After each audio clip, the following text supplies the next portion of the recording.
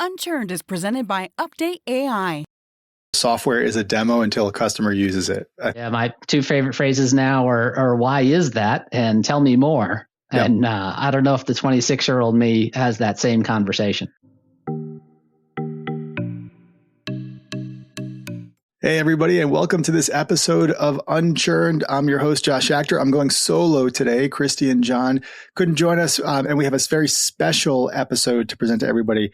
I am here with the Chief Customer Officer of Vercel, Mr. Paul Staelin. Paul, thank you so much for being on the program.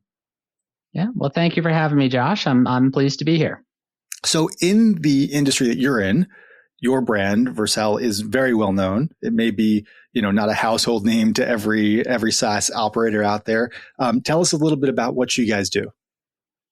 So Vercel is the leading front-end cloud provider. That means that we provide a development platform for front-end engineers to build e-commerce experiences, website experiences, logged-in application experiences, any kind of web interface. We make it easier to develop that interface, and we make it easier for you to make that interaction more dynamic, more personalized. And you guys are really kind of leading the space in what you do. The growth has been amazing. The company's about 8 years old. You've got about 500 employees. You've had about 80% year-over-year revenue growth. You've raised several rounds now. You were brought in a little bit over a year and a half ago, I think, to kind of kick things up into second gear on the post-sales side and the customer-facing side.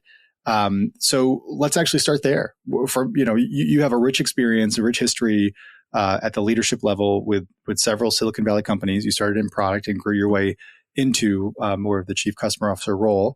Why bring you in a year and a half ago? Like, what was the inflection point with Vercel that brought this up? Yeah, well, great question. So the business had started very much with open source Next.js as kind of a development environment and framework that developers could use to build these more dynamic front-end experiences. Launched Vercel as kind of the platform that made it easy to develop using Next and made it easy to deploy Next, as well as other frameworks that are similar in nature and kind of vision and path. Resulted in a very strong kind of organic growth amongst small companies. We've got about several million free accounts in what we would call hobby. That turned into, right now, we've got on north of 60,000 paid pro accounts, which is $200 to $2,000 a year. You can go up from there, of course, but the middle of that bell curve is in that $200 to $2,000 a year level. And a lot of these kind of more dynamic startups that had started using the more advanced tools to launch their new offering, launch their new product, launch their new e-commerce site, had grown into what we would call the enterprise tier. And there was a lot of momentum there. As some of the bigger, more tried and true, more familiar logos started to come along, and people with fewer X's, V's, and Y's in their name, they are not approaching Vercel with, hey, it's a new product, I've got to launch a new thing. They're showing up with a big property that could be driving many millions of dollars of revenue for them. And they also want to move on to Next and Vercel. And there's much more risk for those folks too. There's a lot more risk. And there's a lot of tech debt, and they've got to retrain people. It's a big move. So Vercel was looking for a way to engage those companies and really help them move forward in their journey.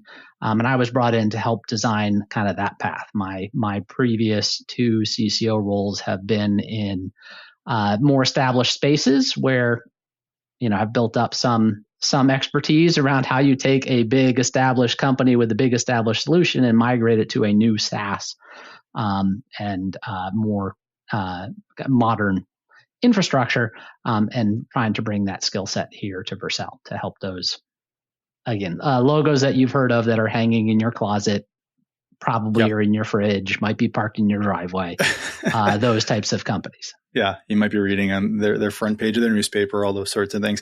Yes. And so it's a classic example of, we talk about some of the most successful PLG companies, product-led growth companies, are the developer tools. And so this is a classic example of that. You guys have millions of raving fans my younger cousin, as I mentioned to you previously, one of those folks, one of those developers. And so you've got these, you call them hobbyists, right? Some of them might take slight offense to that, but you've got like these individuals and small teams that just kind of this picked up virally and grew the business that way. And now you've got the larger enterprises that are, they're the laggards. This is, if we're looking at the crossing the chasm framework, right? Yep. And so now like you said, they have much greater risk for any migrations that they take on and much greater complexity, probably a little bit more sluggish inertia and kind of working style and processes as well. And so they bring you in to help really anchor that ship of let the PLG keep flying, but then let's take care of the big elephants, the cash cows to give them a great experience. Is that a fair, synopsis? I think that's an excellent synopsis. Yes.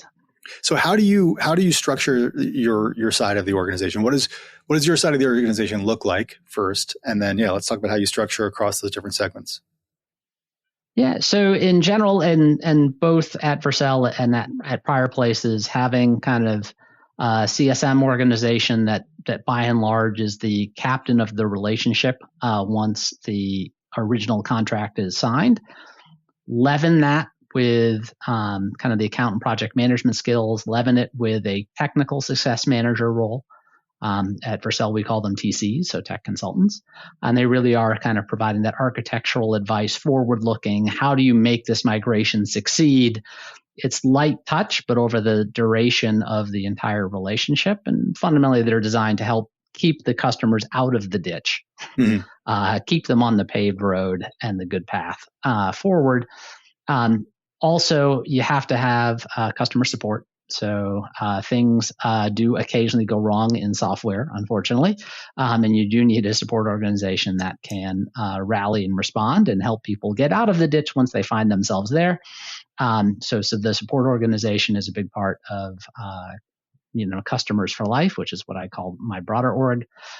We also have a professional services organization that can help kind of upskill your team and get them used to Next and Vercel on the way in, and help move your migration forward, and partners that we work with as well for those particular tasks.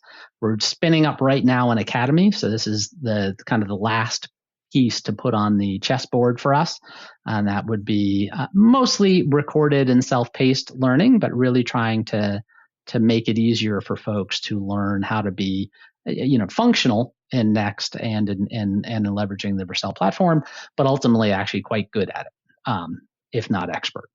So that academy piece is the last piece to go on there. And we do have an online community because there's one thing I've learned in my career.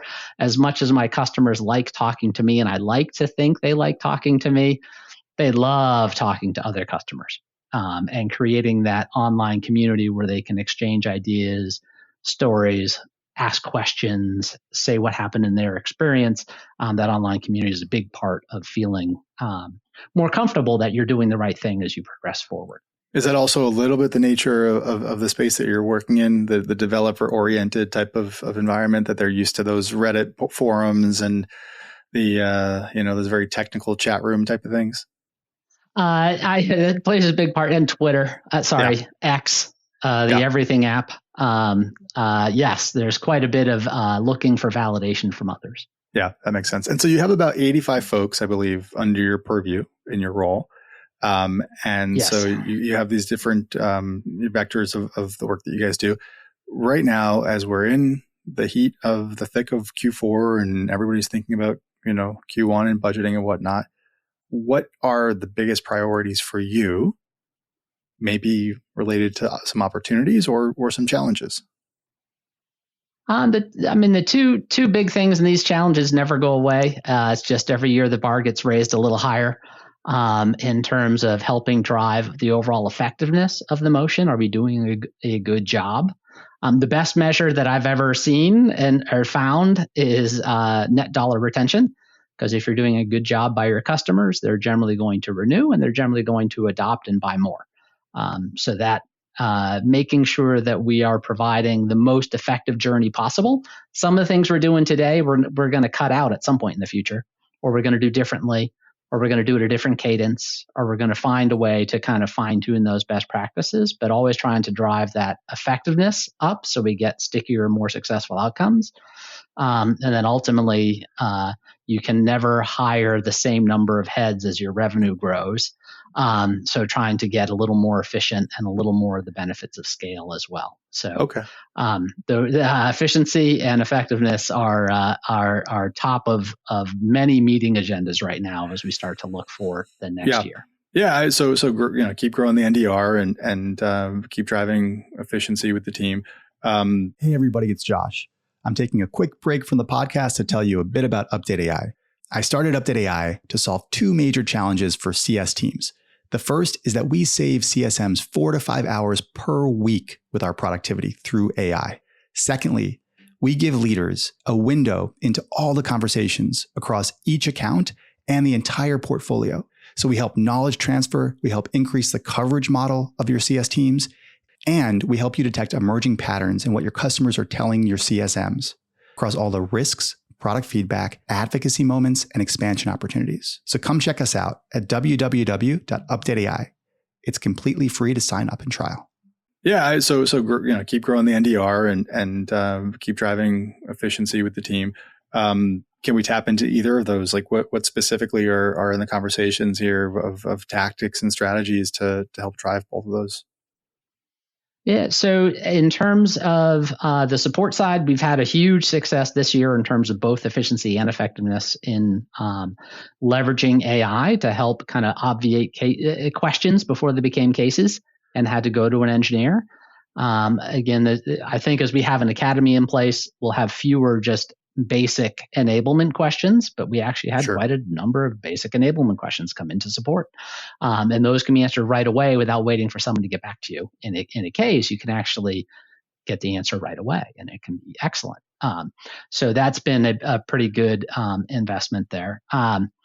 This year, we actually started to use AI in terms of identifying cases that are more likely to escalate, so we can pre-escalate them before they get hot. That actually we just deployed, I think, since you and I chatted about 4 weeks ago. We've already seen the number of cases that do go up the chain very quickly has basically disappeared. So it's done a very good job of picking the right places to intervene. Probably a few more false positives. So far, no false negatives. But I'd rather we jump on a few extra cases with diligence and verve than miss a few and have them go hot. So this is a case that a support issue that had come up, and you're analyzing the attributes of that issue and automatically making an escalation before it needs to get there kind of on its own. Is that right? Yes. Yeah. Looking for changes in tone, types of problems, other things. So basically elevating a case that looks like it's going to be escalated before it escalates. How about on the NDR side? I mean, I think you guys have been experiencing great growth with your NDR. So how do you, that's got to be a tough goal, is when you already have good NDR, and I'm not going to ask you to share yours, but how do you keep on pumping that up? One of the motions that we're making sure that we've added to the motion in the back half of this year, but I wouldn't say it's part of our regular operating rhythm yet, where we're doing it routinely, is executive business reviews.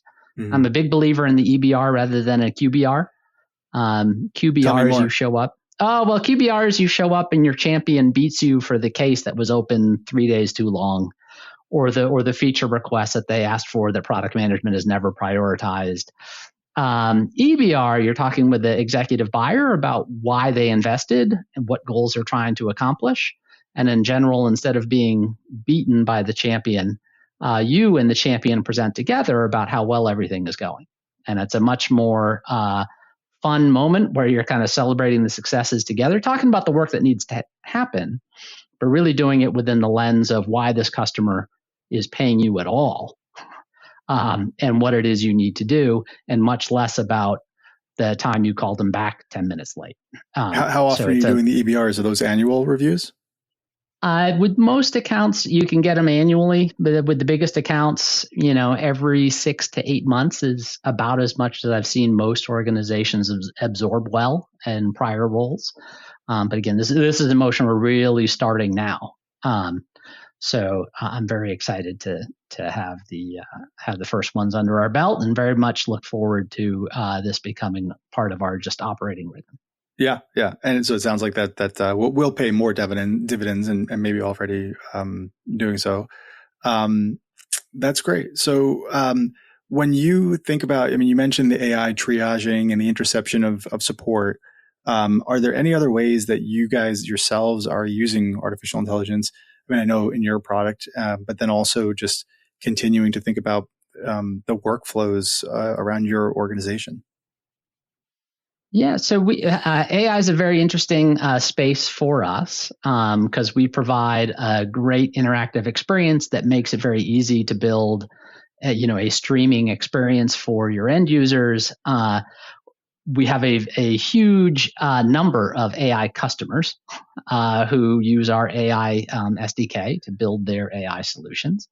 So we've got a pretty good pulse on what's happening in the space, what folks are doing, who they're working with, and those sorts of things. So we've been very much leaning forward into AI internally. Mostly, we have invested in what we would call V0, which is basically it's a developer AI. Think of it like Copilot, but for Next and Vercel. And we have kind of built an experience where you can ask it questions about how should I design this, or what do I need to keep in mind, and you can get some tips, tricks, advice, and even some code gen out of it. And that has become customer facing for us. And we do have people internally who will actually, when asked a technical question for which they have no answer, will go there first. But in terms of really using AI to accelerate and streamline our processes, so we have the customer facing part of our solution. It's been most heavily aimed at our support experience. Yeah. In terms of actually putting it in the process, using it, deploying it, making sure it's working, tweaking and tuning and doing all those things outside of our product. Yeah, that makes sense. This is a great quick take, and to lead us to the end here, I actually want to go back to the beginning, Paul. So you've had a very established and successful career that you're still growing in customer success. Again, started out in product and through success now, and at the executive level. When you think back to your earliest roles, whether that's customer success or in product or whatnot, what's the biggest kind of learning and growth that you've noticed in yourself that you would impart onto your younger self? I know I'm catching you on the fly there with that one. Yeah. One of the things that's interesting for me is I started life very much in the engineering mindset, and that there is a right solution, if not a best, and if not that, then a best solution. The older I get, the less I know. The part that's I think caught me a little by surprise, and probably later in my 30s than I would have guessed, really is for me the realization that when you are building product and software, by and large you're shipping a demo. In enterprise software, I should make that very clear distinction. This is not true in consumer software. What you ship is what the customer experience is. In enterprise software, that's just the starting point. Like, it becomes a real solution once they absorb it into their organization and customize it and tune it and make it really sing for them to accomplish their goals. It could be different from the customer across the street, from their competitor down the way, and that. To me, is where the fun stuff happens. And I've had to kind of embrace the messiness and the process, and it's less technology and design, and it's more people and process. I would not have predicted this. The 26-year-old me would never have predicted that I would actually like the people and process side more, and I would get more, emotional compensation from my role from those items than I would from the technical side. But that's the part that I've really enjoyed. And much like the reason I like engineering more than physics, engineering is when physics becomes real and enters the world. Delivery is when enterprise software becomes real and really does enter the world in a real way. Yeah, 100%. I mean, as you had said to me before, a software is a demo until a customer uses it. I thought that was a very profound, very simple and profound statement. And I actually had the similar type of career as yourself. Started out in product management, started out really hardcore about, okay, a huge amount of pride and you could say hubris about here's what the product is. I know what's best. We've shipped it. We've tied a ribbon around it and it's good to go. Into now, most of my role is in customer conversations and just developing more of a real curiosity for, how what we're doing is going to be received, what they need, and making sure that it's fully baked in the right way that's going to our product into, the way it's going to deliver the most value. So I think you're right. I think there's something about a maturation process there of going from like the proud engineer product developer to the more maybe humble listening centric customer facing role. So. Yeah, my two favorite phrases now are why is that and tell me more. Yep. And I don't know if the 26-year-old me has that same conversation. Yeah, or patience, right? Good. Paul, this was great. Appreciate it. Best of luck on the rocket ship that you're on. Hold on tight. Sounds like you guys are still have such a huge future ahead of you. And it was great having this quick check-in to learn about your history. Yeah, well, thank you for having me, Josh. And hopefully we'll have a chance to chat again soon. Yeah.